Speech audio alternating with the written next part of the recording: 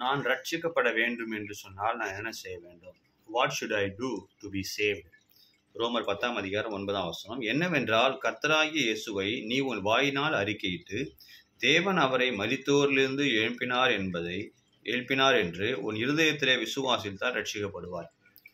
2 காரியம் செய்யணும். ஒன்று, இருதயத்தில் விசுவாசிக்கணும், வாயில அறிக்கை செய்யணும். சரி, என்ன விசுவாசிக்கணும், என்ன அறிக்கை செய்யணும்?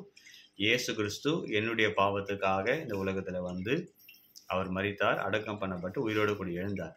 இதை முதல்ல நான் விசுவாசிக்கணும். இயேசு கிறிஸ்து தேவனுடைய குமாரன், அவர்தான் மேசியா என்பதை நான் விசுவாசிக்க வேண்டும். அடுத்தது என் வாயில அறிக்கை செய்யும் பொழுது நான் ரட்சிக்கப்படுவேன் என்று சொல்லி ரோமர் 10:9 சொல்கிறது. இருதயத்தில் விசுவாசித்து வாயில அறிக்கை செய்யும் பொழுது இயேசு கிறிஸ்துவை நாம் சொந்த ரட்சகராக ஏற்றுக்கொள்கிறோம். ஆண்டவரே என் இருதயத்தில் வாரும் என்று சொல்லி நாம் அழைக்கும் பொழுது நம் இருதயத்தில் வந்து வாசம் பண்ணுவார்.